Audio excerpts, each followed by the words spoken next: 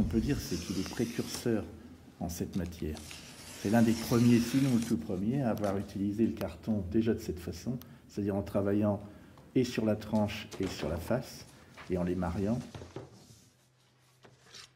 Ce qui est intéressant aussi chez Pierre, c'est qu'il y a cette diversité d'œuvres, cette diversité de formes, cette diversité d'imaginaire. On passe d'abord, par rapport au carton, on passe de carton peint en blanc à carton brut, à des cartons noirs, et on passe à des formes complètement différentes. Dans son écriture, il y a deux pôles. Il y a une très grande rigueur.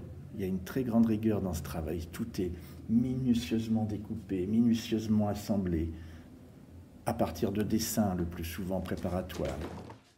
On retrouve dans son travail des résurgences, des réminiscences de civilisations anciennes, africaines, océaniennes.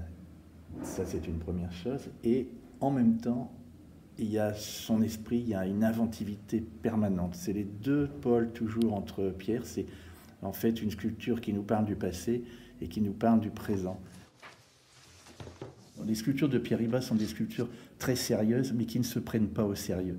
Et c'est un petit peu le bonhomme qui est comme ça. C'est quelqu'un qui travaille énormément, mais jamais il ne se prend au sérieux. Et dans son travail, ça se perçoit en fait. Et ce qui est intéressant dans les tranches, c'est qu'on voit les alvéoles.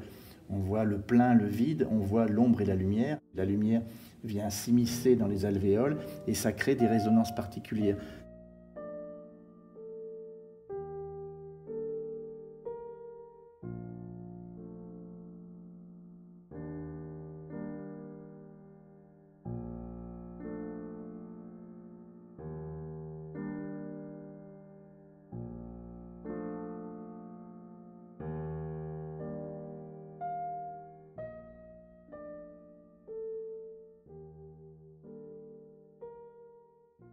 C'est une œuvre abstraite, elle n'est pas du tout figurative ou rarement figurative.